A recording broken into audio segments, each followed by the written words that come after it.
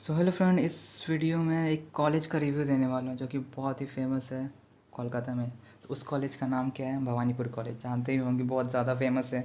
इस तो चलिए डिस्कस करते हैं कि क्या क्या इस इस कॉलेज के बारे में क्या क्या जो भी मुझे पता है एक ऑनेस्ट रिव्यू दूंगा।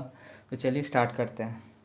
कोई भी बनावटी रिव्यू नहीं दूंगा, एक ऑनेस्ट रिव्यू दूंगा। तो क्या क्या इस कॉलेज के बारे में बताऊंगा, क्या क्या टॉपिक्स है जो कि इस कॉलेज के बारे में कवर करूंगा इस वीडियो में, उस पर एक बार डिस्कस डाल देते हैं। तो सबसे पहला लोकेशन बताऊंगा कहाँ पे है। उसके बाद बताऊंगा कोर्स ऑफर, क्या क्या आप कोर्स कर सकते हो, क्या क्या फैसिलिटीज़ है कोर्सेज के। उसके बाद डिस्कस करेंगे एडमिशन प्रोसेस क्या क्या है। उसके बाद मैं बताऊंगा आपको कि एलिजिबिलिटी क्राइटेरिया क्या है, कि कैसे क्यों आप कैसे आप एलिजिबल होंगे अगर आपको इस कॉलेज में आपको पढ़ना है, तो क्या क्या एलिजिबिलिटी है। उसके बाद मैं बताऊंगा आपको फ़ीस, क्या क्या फ़ीस लगते हैं। उसके बाद मैं बताऊंगा आपको प्लेसमेंट अपॉर्चुनिटी। इतने बड़ा कॉलेज है तो प्लेसमेंट ज़रूर होता होगा, तो वो भी अपॉर्चुनिटी है, तो उस पर ज़रूर देखिएगा। तो चलिए स्टार्ट करते हैं। तो सबसे पहले मैंने बताया था कि मैं लोकेशन बताऊंगा। लोकेशन भवनपुर कहाँ है? तो लोकेशन आपका एल्गिन रोड, श्रीपल्ली, भवानीपुर, कोलकाता 7,20,000। तो ये आपका एड्रेस है भवानीपुर। आपको अगर जाना है तो आपको नियरेस्ट मेट्रो स्टेशन पड़ेगा नेताजी भवन और एक और मेट्रो स्टेशन रविंद्र सदन। दोनों से ही आपको प्रोबेबली इक्वली डिस्टेंस पड़ता है। तो नियरेस्ट मेट्रो स्टेशन ये है। अगर आप बस से जाते हैं तो नियरेस्ट बस स्टॉप है एल्गिन रोड। तो इसके बाद मैं डिस्कस करने वाला हूँ कि क्या क्या कोर्स ऑफ़र करता है भवानीपुर कॉलेज, तो उस पर एक बार नज़र डाल देते हैं। तो सबसे पहला है बी कॉम ऑनर्स आप कर सकते हो, बीएससी कर सकते हो, बीए कर सकते हो, bachelor of arts, bachelor of science, bachelor of commerce कर सकते हो। आप एम कॉम कर सकते हो, मास्टर्स कर सकते हो, मास्टर इन आर्ट्स कर सकते हो, बीबीए कर सकते हो। बहुत सारे ऑफर्स है, ऑफर्स में बहुत सारे कोर्स है जो कि भवानीपुर करवाता है। उसके बाद हम लोग क्या बताने वाले थे, आप लोगों को पता ही होगा कि एडमिशन प्रोसेस है। उसके बाद एडमिशन प्रोसेस कैसा है। तो सबसे पहला आपको ऑब्वियसली हर कॉलेज में ऐसा ही होता है, आपको एग्ज़ाम के रिज़ल्ट निकले। अगर ये कॉलेज अगर आपका एप्लीकेशन लेना चाहता है तो ज़रूर फॉर्म आउट करेगा। उसके बाद आपको एप्लीकेशन फॉर्म भरना है। हमारे टाइम में जब हम भरे थे तब आपका मेरा लगभग एप्लीकेशन फॉर्म का प्राइस था 700। अभी पता नहीं 100-200 बढ़ भी सकता है, तो उस हिसाब से होगा। एप्लीकेशन फॉर्म आपको भर देना है, सारे अच्छे से डिटेल्स भर देने हैं ताकि बाद में कुछ प्रॉब्लम ना हो जब डॉक्यूमेंट वेरिफिकेशन होता है। तो उसके बाद मेरिट लिस्ट आउट होता है। ऑब्वियसली सब कॉलेज में होते हैं, तो इस कॉलेज में होता है, मेरिट लिस्ट आउट होगा। उसके बाद आपका होता है फ़ीस पेमेंट आपको करना पड़ता है। उसके बाद फिर एडमिशन शेड्यूल दिया जाता है। Fees payment I mean application का फ़ीस पेमेंट करना पड़ता है, एडमिशन शेड्यूल। उसके बाद फिर आपको दिया जाए किस दिन आपका एडमिशन होगा। तो उसके बाद जो प्रोस्पेक्टस देना, ये देना, एडमिशन आईडी कार्ड वगैरह वगैरह जो भी एडमिशन प्रोसेस होते हैं वो उसका आपको शेड्यूल दिया जाएगा किस दिन आपका एडमिशन होगा। उसके बाद डॉक्यूमेंट वेरिफिकेशन होता है। डॉक्यूमेंट एडमिशन शेड्यूल आ गया कि इस दिन आपका एडमिशन होगा, तो उस दिन आपको जाना है। क्यों जाना है? आपको डॉक्यूमेंट वेरीफाई करना है, जो भी आपने फॉर्म में टाइप किया है अपने मार्क्स, उसको एक बार रीचेक किया जाएगा। उसके बाद ही आपको फाइनल एडमिशन मिलेगा। तो यही सारे प्रोसेस है फाइनल एडमिशन के। उसके बाद आप आराम से ये भवानीपुर कॉलेज में पढ़ सकते हैं। इसके बाद क्या है जो मैं बताने वाला हूँ, उसके बाद आपको एलिजिबिलिटी क्राइटेरिया। तो बहुत सारे कोर्सेज है, तो सबकी अलग अलग एलिजिबिलिटी है। तो सबसे पहला बीकॉम ऑनर्स के बारे में बताता है। अगर आपको बीकॉम ऑनर्स करना है तो आपको क्या क्या चीज़ में होना पास करना पड़ेगा, देखना पड़ेगा। तो सबसे पहला 10th और 12 में, 10th+12 मीन्स कि 10+2 मीन्स कि आपको एच पास करना होगा, तो ये पहला क्राइटेरिया। और 5 ईयर्स इसलिए लिखा है, मतलब कि अगर आप करंट ईयर मान लीजिए 2021 में आप पास करते हो तो आप तो भर ही सकते हो, आप तो कर ही सकते हो। लेकिन जो मान लीजिए कि 2020 में पास हुआ लेकिन एक साल में वो एडमिशन नहीं ले पाया, तो वो क्या नहीं कर सकता? कर सकता है। तो 2018 वाला भी कर सकते हैं, 2019 वाला भी कर सकते हैं, 2017 वाला भी कर सकते हैं, बट 2015 वाला नहीं कर सकते क्योंकि ये 5 साल का ही लिमिटेशन है। तो 2016 के बाद वाला ही कर सकते हैं, मीन्स कि ये कोर्स में ज्वाइन हो सकते हैं। और कुछ क्राइटेरिया है कि आपको मिनिमम मार्क्स लाने पड़ते हैं। तो जनरल के लिए मिनिमम 50% आपको लाना ही पड़ेगा बेस्ट ऑफ 5 में। और ओ बी सी में मिनिमम 47% लाना पड़ता है। इसमें भी WB क्यों लिखा हूँ? ऑब्वियसली कॉमन चीज़ है कि अगर आप अदर स्टेट में आपके पास रिजर्वेशन फैसिलिटी है लेकिन आप भवानीपुर मीन्स कि आप कोलकाता में आके भवानी कॉलेज में आके आप एडमिशन तो ले सकते हो, लेकिन आपको रिजर्वेशन फैसिलिटी नहीं मिलेगी। रिजर्वेशन फैसिलिटी उन लोग को ही मिलेगी जो कि वेस्ट बंगाल के ही हैं। तो आप शायद समझ गए होंगे। और SC ST का मिनिमम 40% आपको लाना पड़ेगा। उसके बाद अदर कोर्स क्या है, BBA ऑनर्स में क्या क्या एलिजिबिलिटी है देखते हैं। सबसे पहला कॉमन चीज़ 10+2 पास करना पड़ेगा या उससे इक्विवेलेंट एग्ज़ाम पास करना पड़ेगा। उसके बाद है जनरल के मिनिमम 60% लाना पड़ेगा, इसमें 10% ज़्यादा है, आपको लाना पड़ेगा BBA करना होगा तो।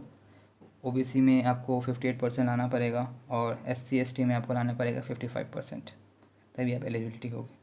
और पास इन इंग्लिश, अगर आपको BBA ऑनर्स करना हो तो आपको इंग्लिश में पास होना ही पड़ेगा, कंपलसरी है। अगर इंग्लिश में फ़ेल हो गए तो आप नहीं कर सकते हो BBA ऑनर्स भवानीपुर कॉलेज से।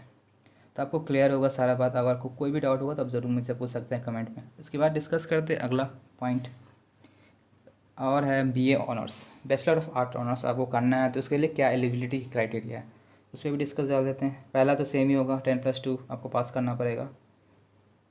उसके बाद जनरल के लिए मिनिमम 50% आपको लाना पड़ेगा, OBC के लिए 47% लाना पड़ेगा और SC के लिए आपको 40% लाना पड़ेगा। BSc करना है आपको, BSc ऑनर्स, तो इसके लिए क्या क्राइटेरिया है देखते हैं। 10+2 आपको पास करना पड़ेगा, कॉमन चीज़ है ये। जनरल में 55% लाना पड़ेगा आपको बेस्ट ऑफ 4 में। उसके बाद आपको OBC में 52% लाना पड़ेगा। अगर आप SC ST है तो आपको लाना पड़ेगा 45%। उसके बाद अगला है आपका MA, अगर मास्टर आर्ट्स करना है, आपको इंग्लिश में ही मिल रहा है, इंग्लिश में आप मास्टर्स कर सकते हो। उसके लिए क्या फैसिलिटी, क्या एलिजिबिलिटी है, चलिए चेक करते हैं। सबसे पहले आपको बैचलर ऑफ आर्ट्स इंग्लिश में करना पड़ेगा, और वही लोग जो बैचलर ऑफ आर्ट्स इंग्लिश में कर रहे हैं स्पेशली वो लोग ही आप मास्टर कर सकते हैं, पहला बात। उसके बाद आपका करेंट इमीडिएटली प्रीवियस ईयर, मान लीजिए इस साल आप ग्रेजुएट हुए हैं तो आप मास्टर कर सकते हैं, या फिर पिछले साल 2021 और 2020 वाला ही कर सकते हैं। अगर आप सोच रहे हो 2019 में आप ग्रेजुएट हुए हैं और अभी एडमिशन लोगे मास्टर्स करने के लिए तो आप नहीं कर सकते।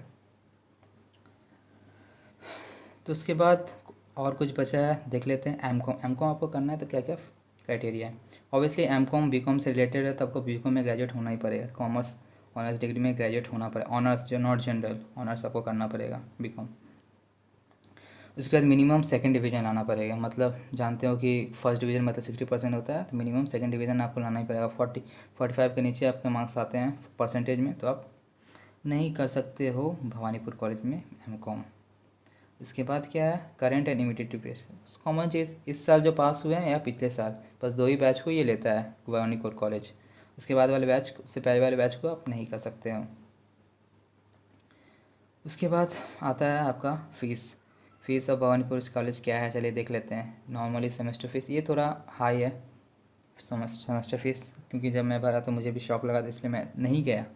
40 के 60, जिस जो फाइनेंशियली स्ट्रॉन्ग है वो लोग जा सकते हैं 40 to 60 के। लेकिन जो बच्चे फाइनेंशियल स्ट्रॉन्ग नहीं हुए फिर भी इसके लिए फैसिलिटीज़ दिया जाता है स्कॉलरशिप्स का। स्कॉलरशिप्स रहता है भवानीपुर कॉलेज में। मान लीजिए आप पढ़ने में अच्छे हो, 80 नॉर्मल 80 60 70 वाले को भी स्कॉलरशिप मिलती है। किसी को 80% ऑफ हो जाता है, किसी को 60 ऑफ हो जाता है। तो स्कॉलरशिप हमेशा हर सेमेस्टर में एप्लीकेबल है, तो स्कॉलरशिप अवेलेबल है इसमें। तो आप और इसमें एक और चीज़ खासियत बात है, इसमें अटेंडेंस का उतना झमेला नहीं है जितना कि आपको गोइंग कॉलेज में होगा। तो जिसको कॉलेज करना है उसके बाद भी एक्स्ट्रा में कुछ और भी कुछ करना है, बहुत लोग CA करते हैं, CS जो भी करते हैं उसमें ज़्यादा फोकस देना है तो आप ये कॉलेज में ज़रूर ज्वाइन हो जाइए, ताकि आपको अटेंडेंस का उतना प्रेशर ना पड़े, आप उसमें ज़्यादा फोकस कर पाए। इसके बाद अगला टॉपिक है, देख लेते हैं क्या है, placement opportunities. Obviously Bhawanipur college में बहुत सारा ज़्यादा प्लेसमेंट अपॉर्चुनिटी मिलती है, तो क्या क्या प्लेसमेंट अपॉर्चुनिटी है देख लेते हैं।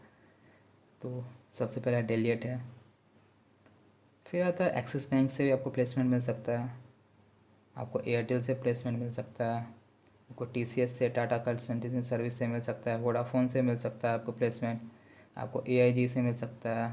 उसके बाद बहुत सारे प्लेसमेंट अपॉर्चुनिटी और भी है तो देख लेते हैं। आपको रिबॉक से मिल सकता है प्लेसमेंट अपॉर्चुनिटी, आपको EY, फिर HSBC, PwC, इंडिगो से मिल सकता है, और से मिल सकता है, KMPG से मिल सकता है। तो ये सारे प्लेसमेंट अपॉर्चुनिटी बहुत अच्छे हैं। उसके बाद क्या आता है देख लेते हैं, स्पेशल फीचर्स। स्पेशल फीचर्स देख लेते हैं। लाइब्रेरी सब में रहता है, इस लाइब्रेरी का फीचर आप जानते हो कि कितना बड़ा है। कॉमन रूम में हर स्पोर्ट्स का, इंडोर गेमिंग का इसका कॉमन रूम होता है, तो बहुत बड़ा है, हर एक स्पोर्ट्स का कॉमन रूम है। और कॉमन फील्ड भी है, इनफैक्ट कैंटीन है, सब चीज़ फैसिलिटीज़ है। उमंग इसका फेस्टिवल इसको बोला जाता है कि जिसमें बहुत सारे सेलिब्रिटी आते हैं। हर कॉलेज का एक एनुअल फंक्शन होता है, अपना नाम होता है। जैसे क्वेस्ट है गोइंका का, उससे वैसे उमंग है आपका भवानीपुर कॉलेज का। उसके बाद एनुअल स्पोर्ट्स होते हैं बहुत हाई लेवल पे। अटेंडेंस क्राइटेरिया उतना नहीं, मैं पहले बोला हूँ फिर भी बता देता हूँ, उसमें अटेंडेंस का उतना झमेला नहीं जितना गोइंका कॉलेज में है। तो अटेंडेंस में उतना कम झमेला है इसमें। तो बहुत कुछ बता दिया हूँ, तो thank you so much for watching. अगर आपको भवानीपुर कॉलेज से कोई भी स्पेशल चाहिए, मीन्स की इन्फॉर्मेशन चाहिए, तो मुझे कमेंट में ज़रूर बोल सकते हो, तो मैं इसका आंसर ज़रूर दूंगा। क्योंकि मैं खुद स्टूडेंट हूँ, तो मुझे आइडिया है क्या बोलना है क्या नहीं। तो अच्छी राय दूंगा, एक ऑनेस्ट रिव्यू दूंगा। और भी कोई कॉलेज का रिव्यू चाहिए तो ज़रूर बताइएगा। तो take care, thank you so much.